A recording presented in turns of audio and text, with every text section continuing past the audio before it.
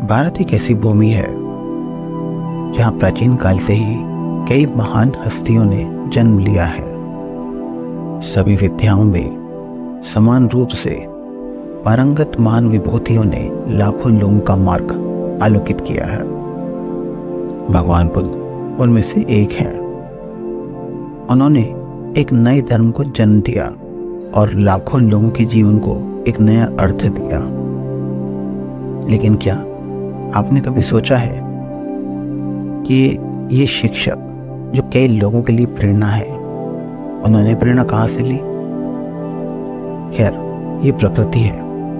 प्रकृति न केवल जीवन जीने का बल्कि सीखने का भी स्रोत है।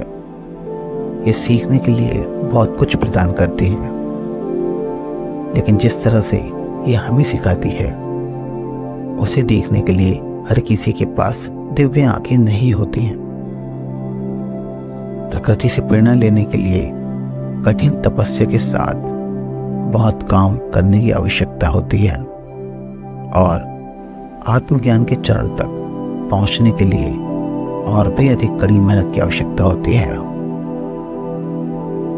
हमारी आज की कहानी उस समय की है जब भगवान बुद्ध ने संन्यास ले लिया था और जंगल में एकांतवास के लिए चले गए थे। उन्होंने शुरू में जीवन की सच्चाई और स्वयं के ज्ञान की प्राप्ति की एक विधि के रूप में कठिन उपवास और अनुशासन से शुरुआत की थी। इस विधि से संतुष्ट न होने पर वे एक संत के शिष्य बन गए। उन्होंने कुछ समय तक उनके साथ अध्ययन किया, लेकिन अंततः उन्हें इसमें भी असंतोष प्रतीत हुआ। बाद में उन्होंने स्वीकार किया कि अगर किसी को स्वयं के बारे में जानना है तो ध्यान उसका सबसे अच्छा तरीका है। उन्होंने वर्षों तक गहन ध्यान का अभ्यास किया और पूर्णिमा के दिन बौद्ध गया वृक्ष के नीचे बैठकर उन्हें ज्ञान प्राप्त हुआ। हालांकि आत्मज्ञान तक पहुंचने से पहले उन्हें कठिनाइयों का सामना करना पड़ा। एक दिन ऐसा था जब वह सचमुच थक गए थे, क्योंकि उन्हें कहीं भी संतुष्टि नहीं मिल रही थी। हताश होकर वे एक झील के किनारे बैठ गए। चूंकि वे एक प्रकृति प्रेमी थे, इसलिए वहां बैठकर प्रकृति की दिव्य सुंदरता का अवलोकन कर रहे थे। एक दिन विचारों में डूबे हुए उन्होंने देखा कि गिलहरी मुंह में अखरोट दबाए झील के किनारे दौड़ रही है। वे तुरंत उस छोटे से प्राणी को देखकर मुस्कुराए, जो दिन के लिए एक अच्छा भोजन पाकर खुश थी। लेकिन अगले ही पल गिलहरी ने अखरोट गिरा दिया और वो झील में गिर गया। थोड़ी देर के लिए चौंककर गिलहरी को घबराना चाहिए था। इसकी बजाय वो तुरंत पानी में कूद पड़ी। अब भगवान बुद्ध के लिए ये सचमुच आश्चर्यजनक बात थी। उन्होंने देखा कि गिलहरी बाहर आई और अपने शरीर से पानी पोंछ लिया।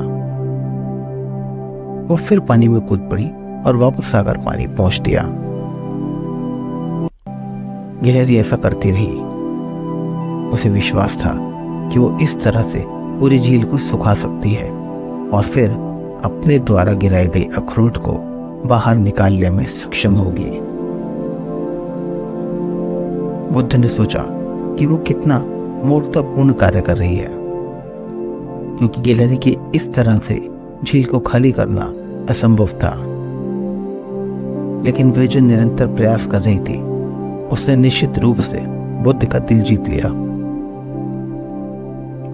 उन्होंने महसूस किया, जब इतना छोटा प्राणी विशाल झील के पानी को सोखने की कोशिश करने की इच्छा शक्ति रख सकता है, तो मनुष्य को असफलता से क्यों डरना चाहिए। अब वो समझ गए थे कि उन्हें आत्मज्ञान प्राप्त करने के अपने प्रयासों को नहीं रोकना चाहिए, क्योंकि ये पूरी झील को सुखाने की कोशिश करने वाली गिलहरी के विपरीत मनुष्यों के लिए सरल कार्य था। ये घटना बुद्ध के लिए प्रेरणा बन गई और वो एक बार फिर झील के किनारे छायादार पेड़ के नीचे गहरे ध्यान के लिए बैठ गए। उनके दिमाग में गिलहरी और उनके दिल में परम सर्वोच्च शक्ति